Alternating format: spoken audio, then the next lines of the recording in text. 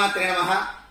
అమరావతి సుస్థిర రాజధానిగా సుసంపన్నంగా వర్ధిల్లాలని, ఆంధ్ర రాష్ట్రానికి అమరావతి రాజధానిగా కొనసాగాలని, రైతుల యొక్క ఆందోళన ప్రభుత్వ దృష్టికి తీసుకువెళ్లాలని ధర్మో రక్షతి రక్షిత ట్రస్ట్ మరియు అమరావతి పరిరక్షణ సమితి, అమరావతి జేఏసీ, బహుజన జేఏసీ ఆధ్వర్యంలో జనవరి 18 నుంచి 26 వరకు నవాన్ని దీక్షాపూర్వక చతుర్వేద స్వాహాకార పురస్సర శ్రీ విద్యా మహాయాగానికి శ్రీకారం చుట్టడం జరిగింది.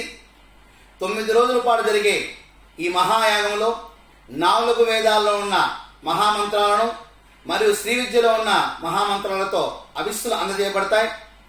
ప్రతిరోజు కూడా ఉదయం పూట దంపతులచే హోమ కార్యక్రమాలు, 108 మంది ముత్తైదులచే శ్రీచక్రార్చనలు, ప్రతిరోజు సాయంత్రం పూట దేవీ దేవతల యొక్క కళ్యాణ మహోత్సవాలు అత్యంత వైభవంగా జరుగుతాయి. మన యొక్క ముఖ్య ఉద్దేశం అందరూ కూడా మన అమరావతి మన రాజధాని అనే నినాదంతో ముందుకు వెళ్ళాలని. ఇది ఒక పార్టీకి కానీ, ఒక కులానికి కానీ, ఒక మతానికి కానీ సంబంధించిన కార్యక్రమం కాదు.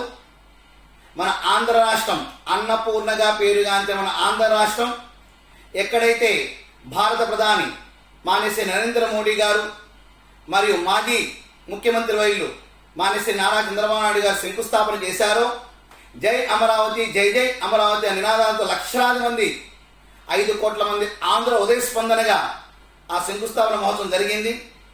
అటువంటి శంకుస్థాపన చేసిన ప్రదేశంలోనే రాజధాని నిర్మాణం జరగాలని ప్రస్తుత ముఖ్యమంత్రి వర్యులు మాన్యశ్రీ జగన్మోహన్ రెడ్డి గారు పెద్ద మనసుతో దీని ఆమోదం తెలపాలని, దానికోసం మహాశక్తివంతమైన యాగానికి రూపకల్పన చేశాం.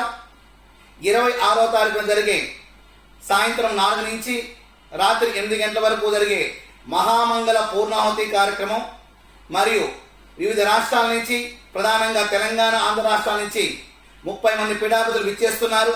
వారి యొక్క అనుగ్రహ ఆశీస్సులు కూడా 50 మంది ప్రజలకి లభించాలని మేము ఆశిస్తున్నాం. కావున 50 మంది కూడా రండి, కథలు రండి, కలిసి రండి, తరలండి. మన రాజధాని మన అమరావతి నినాదంతో ఆ యొక్క పూర్ణావతి యొక్క మహామంగళ దివ్య ప్రసాదాన్ని స్వీకరించి మన జన్మను తేజాతం చేసుకుందాం. ముందు తరాల వారికి సుస్థిరమైన మహోన్నతమైన అభ్యుదయ భావాలున్న సంఘటన శక్తితో ఉన్న వ్యవస్థ ఉన్న రాజధాని మనం అందిద్దాం. ఓం నమః శివాయ.